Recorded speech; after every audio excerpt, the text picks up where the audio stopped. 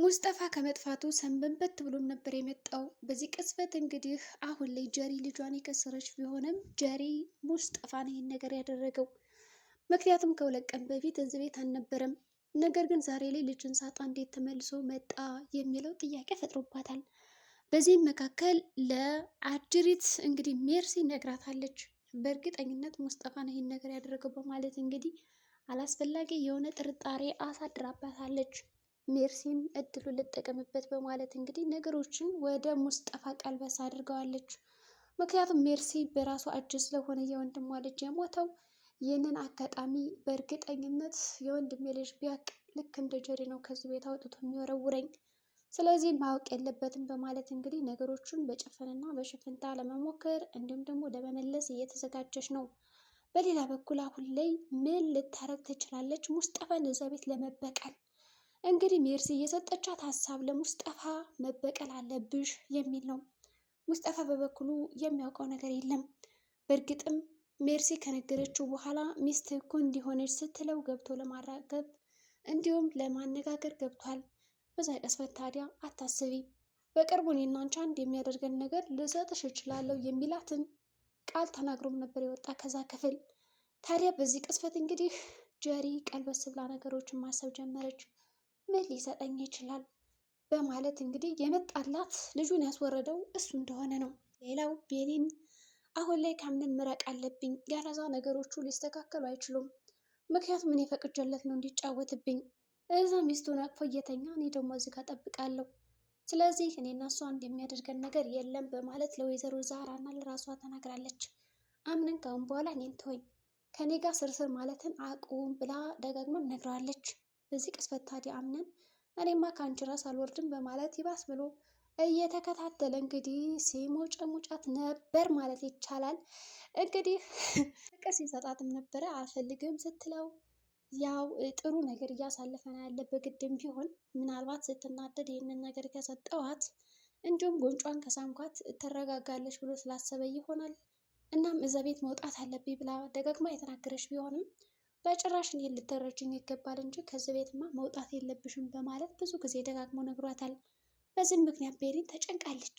በአንድ በኩል ሚስቱ እያለ የተንከባከበ እንዲሁም ደግሞ እግሯን እያሻሸ ወዘተ እንክብካቤ እየሰጣት፣ በዚህ በኩል ደግሞ አፈቅርሻለሁ እወድሻለሁ እያለ አንዷን ሁለቶችንም ጎዳና ላይ ሊያስቀራቸው ትንሹን ነው የቀረው።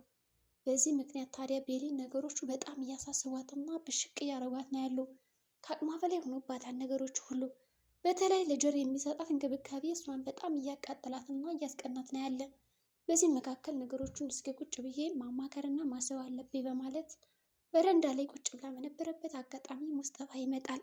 ሙስጠፋ እኔ የተረዳሁህ ነገር ከዚህ በፊት አፍቅረህ እንዲሁም ደግሞ ብዙ ነገሮችን ደርሰውብህ ግን ደግሞ ልትነግረኝ ያልፈለግከው አንድ ትልቅ ነገር እንዳለ ነው በማለት ይነግረዋል።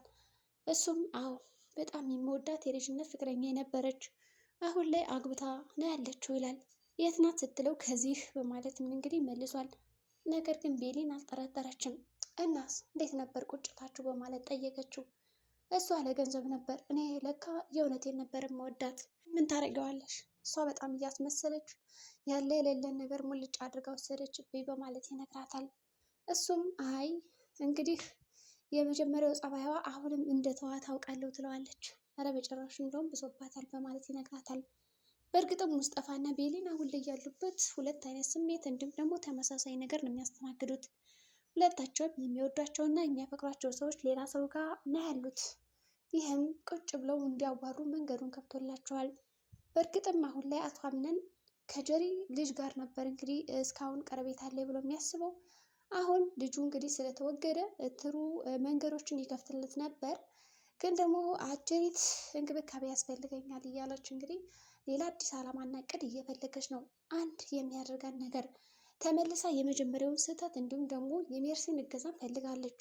ሜርሲ የራሷ ጥፋትና ተንኮል እንዳይጋለጥባት በእርግጠኝነት አሁንም ቢሆን ያንን ስህተት ተመልሳ ከመስራት ወደኋላ አትልም እና ሜርሲ ምን አይነት ሀሳብ ልትሰጣት ትችላለች? አምነን ጥሏት እንዳይሄድና አብሯት እንዲሆን። ሌላው ደግሞ ምንስ ልታስብ ትችላለች? አሁን አንድ የሚያደርገኝ ነገር ሄዷል፣ ስለዚህ ሌላ ዓላማ ማሰብ አለብኝ ብላ ነው የምታስበው ጀሪ። በዚህም መካከል እንግዲህ ሶስቶቹ ቁጭ ብለው ቁርስ በሚበሉበት አጋጣሚ አንዳንድ ነገሮችን ሲመካከሩና ሲወያዩም ነበረ። ስለዚህ እንክብካቤ ያስፈልግሻል ጀሪ በማለት ቤሊ ነገሩን ቀለል አድርጋ መከረቻቸው። አምነንም ችግር የለው እኔ እንከባከባታለሁ ይላል ጭራሽ ከሚያፈቅራት ሚስት ፊት። እርር ድብን አለችና ቤሊን እንደዛ ነው በማለት እንግዲህ ነገሮችን ቀለል አድርጋ ለማየት ሞክራለች። ሜርሲ ታዲያ የሶስቶቹን ቀረቤታ በጥንቃቄ እየመረመረች ነው። ይቺ ሞኝ ጀሪ አሁን እኮ ለእሷ መስሏታል እንክብካቤው በማለት ሀሳብ መጣላት። ግን ሜርሲ እዚህ ጋር ሀሳቡን ምን ነበረበት ጀሪን ከጨዋታው ውጭ አድርጋ አምነን እና ቤሊን አንድ ላይ የሚሆኑበትን ነገር ብትፈጥር። ምክንያቱም አሁን ላይ አንድ የሚያደርጋቸው ነገር ከጀሪ ጋር ተወገደ። ግን ደግሞ ይሄ ነገር እንዳለ ሆኖና በጣም የሚያሳዝን ነው። በእርግጥም ልጅ ማጣት ከባድ ነው። ስለዚህ ጀሪ መቼም አትፋተውም ማለት ይቻላል። ሌላ ወጥመዶችን ታመጣለች።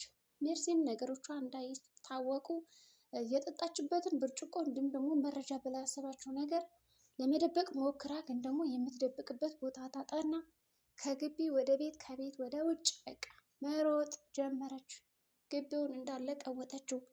ከቀወጠችውም በኋላ ነገሮቹ ቀለል እስከሚሉላት ያላደረገችው ነገር የለም። ከዛ ምክንያት እንግዲህ ብርጭቆን እዚህ ጓዳ በወረውረው ማንም ሰው አያገኘውም ብላ ነው ያሰበችው።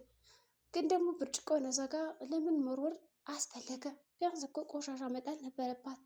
ምክንያቱም ግቢ ላይ አሁን እዛ ጋር በተደብቀው ራሱ አትክልት የሚያጠጡ ሰዎች መጥተው ሊያገኙት ስለሚችሉ ይሄ ብርጭቆ እዚህ ጋር ምን አመጣው ብሎ ጥርጣሬ ሊያመጣባቸውና ልትጠረጠር ትችል ነበር። ግን ለጊዜው ያላት አማራጭ እንደዛ ነው። አምነንም ሆስፒታል ከወሰዳ በኋላ እና ጀሪ ከተመለሰች በኋላ ጥሩ እንክብካቤ እያደረገላት ነው። በእርግጥም በወቅቱ በጣም አዝኗል። ምክንያቱም ከችግር ላይ ችግር ከበደል ላይ በደል እየተፈጸመበት ነው ያለ። ይህ ነገር ክፉኛ እየበሰጨው ነው ያለ። ነገሮቹ እንዴት አድርጌ ነው ማቃለል ያለብኝ፣ እንዴት አድርጌ ነውስ ማካተት ያለብኝ የሚለው ነገር ከአቅሙ በላይ ነው የሆነበት። የሚያግዘው አንዳችም ሰው የለም። ዜናም ቢሆን ታማለች፣ ቃልም ቢሆን በራሱ ስራ ተጠምዷል። ቢያንስ እንኳን የሜርስና የስቲፈን አንድ እውነታ መገለጥ ነበረበት። ላምነን ጠላቶቹ እንደሆኑ ቢያውቅ ነገሮቹን ቀለል አድርገው ለመመልከት ይሞክራል። ግን ደግሞ ቤሊን ራሱ ልታግዘው ፈቃደኛ አይደለችም። ቢያንስ እንኳን ልጁ እንዴት ታመመ፣ እንዴት ወረደባት የሚለውን ነገር ለማጣራት አልሞከረችም። ወደቀች፣ ሆስፒታል ወሰዷት፣ መጡ። ከዛስ አይዞች ተባባሉ፣ እንክብካቤ መስጠት ጀመሩ።